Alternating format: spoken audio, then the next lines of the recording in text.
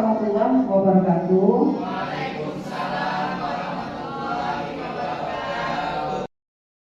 Ibu rekan guru SD 185 Palembang. Terima kasih kepada Bapak dan Ibu yang sudah menyempatkan hadir di ruangan ini untuk pengimbasan budaya positif tugas guru penggerak angkatan 8. Pertama-tama kita ucapkan puji dan syukur kehadirat Allah Subhanahu wa taala karena berkah karunia-Nya kita diberikan kesehatan, kita diberikan kesempatan untuk hadir di sini dalam rangka pengimbasan budaya positif modul 1.4 ya. Tak lupa salawat dan salam kita haturkan kepada Nabi besar kita, Nabi junjungan kita Nabi Muhammad Sallallahu Alaihi Wasallam. Semoga kita senantiasa mendapat rahmat, mendapat syafaatnya hingga akhir zaman. Baik Bapak Ibu, santai saja, kita akan pengimbasan ya. Saya Kartini Dewi Ningsi, CGP Angkatan 8 Kota Palembang dari SD 185 Palembang. Materi yang akan saya bawakan adalah mengenai budaya positif. Nah, dari budaya positif ini ya, saya perkenalan diri dulu. Kartini Dewi Ningsi, CGP Angkatan 8 Kota Palembang dari SD 185 Palembang. Boleh dilihat ke depan. Tujuan pengimbasan materi budaya positif dari Diklat CGP Angkatan 8 Kota Palembang. Jadi tujuan saya adalah untuk mengimbaskan.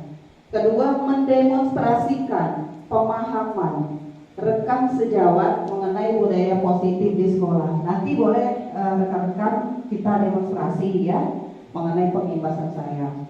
Kemudian menerapkan budaya positif dalam aksi nyata di sekolah. Alhamdulillah nanti kita buat kesepakatan kelas di kelas masing-masing. Kemudian bersifat reflektif dan kritis terhadap budaya positif di sekolah dan senantiasa mengembangkannya sesuai kebutuhan sosial dan emosional murid. Reflektif di sini artinya Bapak dan Ibu guru nanti memberikan aksi nyata bagaimana sih ketercapaian dari hasil pengimbasan, atau di akhir materi nanti boleh Bapak Ibu memberikan saran, masukan tentang pemahaman di materi budaya positif ini. Selanjutnya topik dalam eksplorasi konsep ada beberapa. Ada 6. Yang pertama, disiplin positif dan nilai-nilai kebajikan universal. Kedua, teori motivasi, hukuman dan penghargaan, restitusi. Ketiga, keyakinan kelas. Keempat, kebutuhan dasar manusia dan dunia berkualitas. Kelima, posisi kontrol, restitusi. Kemudian segitiga restitusi. Yang ke-6 ini sering kita lakukan. Kelima juga sering kita lakukan. Keyakinan kelas harus kita jalankan. Kemudian kebutuhan dasar manusia, inilah yang menyebabkan mengapa murid-murid kita peserta didik membuat suatu ulah, membuat suatu masalah di sekolah. Itu ada penyebabnya. Bagaimana seorang guru bisa mengatasi itu dengan 5 posisi kontrol, ya. Kemudian mengatasinya dengan metode segitiga restitusi, ya. Baik Bapak Ibu, kita mulai aksi kita pada hari ini. Ini ya pembelajaran pertama, disiplin positif dan nilai-nilai kebajikan yang universal. Nah, di depan sudah ada ya dijelaskan. Kegiatan kepala tangan ada A dan B. Sobeklah secari kertas kecil, tulis benda atau sesuatu yang sangat berharga untuk Anda. Letakkan di salah satu tangan, genggam benda dengan segala daya upaya. Buatlah sebuah kepalan. Teman A dan B mencoba dengan sekuat tenaga dengan berbagai cara untuk meminta Anda memberikan benda tersebut. B. Bisa membujuk, mengancam, menghardik, merayu, menyuap, apa saja agar dapat membuka kepalan tangan Anda. Nah, ini perubahan paradigma. Sekarang saya minta Bapak dan Ibu guru untuk memperagakan yang ada berperan sebagai A, ada berperan sebagai B. A memegang kepala, yang B buka, terserah ngomong apa. Siapa yang mau? Ami, satu lagi apa? Medi ya. Seolah ada sesuatu. Medi A memegang kepala tangan, Ami membukanya, terserah ya. Ya, Ami yang buka tangan ini Medi. Oh ya. Ya buka. Ya. Boleh. Jangan boleh memaksa, boleh pakai omongan, pakai ucapan, terserah. Pak Medi, ini yang dalam ini narkoba bukan? Coba lihat dulu. Bukan? Beneran? Nggak bisa. Kita bukan dulu Pak Medi. Boleh Pak Medi pakai suara. Tidak, aku tidak mau. Seperti itu. Jangan. Pokoknya lepaskan kata Amin. Seperti itu. Boleh ya? Apa harus bisa terbuka? Boleh iya, boleh tidak. Iya, boleh iya, boleh tidak. Kalau Ami sudah menyerah, si B sudah menyerah, ya sudah. Seperti itu. Berarti kita bawa kantor polisi Pak. Baru bisa terbuka. Baru bisa pastinya. Ya. Nah, ini sudah terbuka. Ini lagi Bu. Silakan. Kita lihat usaha si Ami ya. Karena kita masih Ya, si B. Ami si B. Sebagai guru yang baik, kita harus hidup sehat. Bagaimana usaha Ami kita lihat? Berhasil kan? Apa ini? Narkobanya ini Pak Medi. Berhasil kan? Sudah ketahuan ini Pak Medi. Nah, Berhasil atau tidak? Kita lihat. Nah, sudah ketahuan Bu. Nah, Sudah. Tepuk tangan untuk Ami dan Medi. Ya, silakan duduk ya. Baik, terima kasih Bapak Ibu. Apa filosofi yang kita bisa ambil dari dua aktor tadi yang memperagakan perubahan paradigma? Apa yang bisa kita ambil? filosofi. Boleh ambil mic-nya dia? Iya. Kalau di secara paksa, Ah. saya itu tidak menerima. Iya. Tidak rela kalau di secara paksa itu. Iya, tidak rela. Terus ada lagi tidak yang berpendapat selain Medi? Ya, Ami, silakan. Filosofinya menurut saya Bu, jangan terlalu percaya setiap omongan orang lain. Iya. Itu ada lagi? Iya, Wira, silakan Wira. Jadi kalau seperti Pak Ami bisa dirayu biar Pak Medi bisa membuka jangan dipaksa. Oh ya baik, harus melakukan pendekatan persuasi. Iya, terima kasih untuk Wira, Ami, dan Medi. Nah, kita simpulkan semua jawabannya benar semua. Kenapa? Ini menandakan nanti ada kontrol dari dalam diri kita secara eksternal itu dari luar. Ami eksternal dari luar, dia memaksa. Tadi kan cara dia memaksa. Akhirnya menyerah juga. Medi sebagai si A, ya, dia menyerah dengan paksaan tersebut. Tapi kalau kita peragakan dengan orang lain, belum tentu menyerah, ya, dengan cara paksaan. Mungkin cuma hanya dengan merayu saja, tolonglah, bukalah, aku butuh sekali, bagilah buat saya, dengan cara persuasif seperti dikatakan oleh Mira tadi. Itu benar juga. Nah, intinya yang bisa mengontrol sesuatu itu, mengendalikan sesuatu itu diri kita sendiri. Itu intinya. Walaupun ada paksaan dari luar, walaupun ada rayuan, bujukan dari luar, tapi dari diri kita sendiri dengan berbagai cara yang motivasi eksternal tadi untuk membuka tangan tadi, kepala tangan. Paham ya filosofinya? Nah, makanya ilustrasinya guru dapat mengontrol murid. Senakal-nakal murid itu masih dalam konteks kewajaran.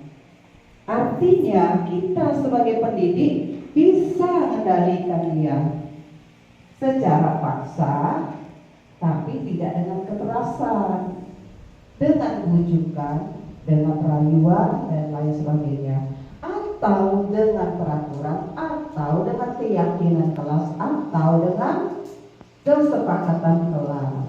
Nah ini ya ilusinya bahwa semua penguatan positif efektif dan bermanfaat. Kemudian bahwa kritik dan membuat orang merasa bersalah dapat menguatkan karakter. Ya, ilusi bahwa orang dewasa memiliki hak untuk memaksa. Nah itu ya jawaban dari paradigma tadi. Nah ini respon teori pilihan, teori respon, yaitu kita mencoba mengubah orang berpandangan sama dengan kita. Perilaku buruk dilihat sebagai suatu kesalahan, kemudian orang lain bisa mengontrol saya bisa mengontrol orang lain. Pemaksaan ada pada saat bujukan gagal.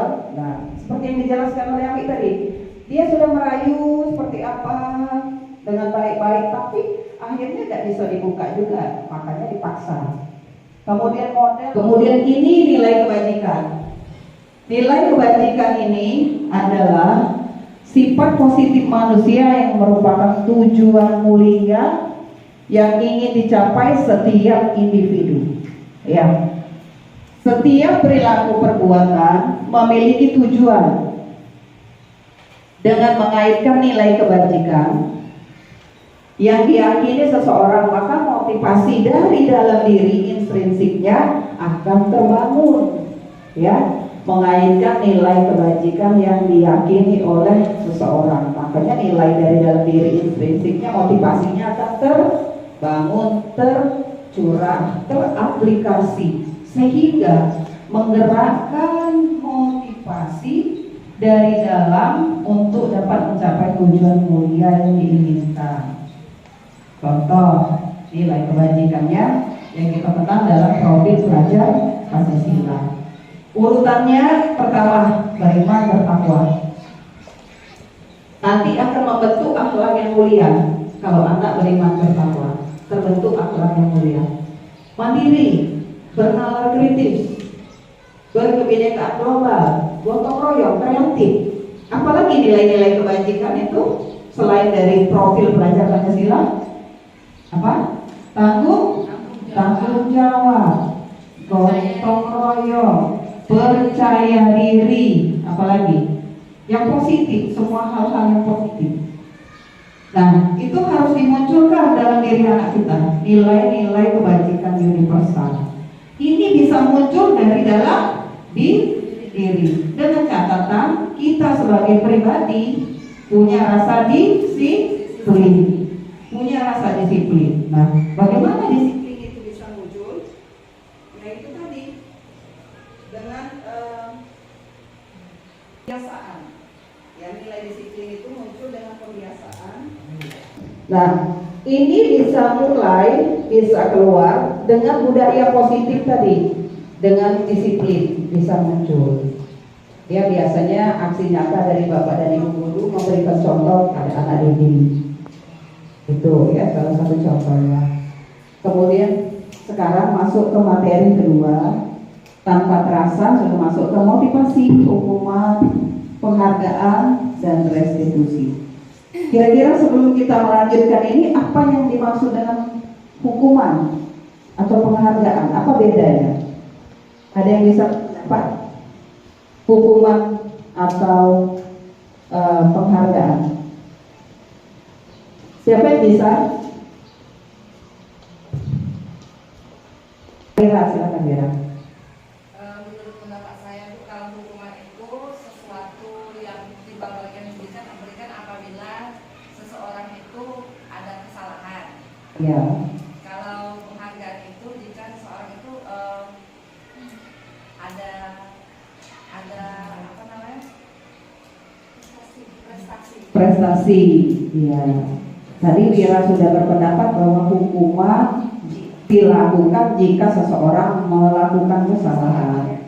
Kalau penghargaan jika seseorang memiliki prestasi, maka diberikan penghargaan. Itu juga balik lagi ke motivasi eksternal dan internal.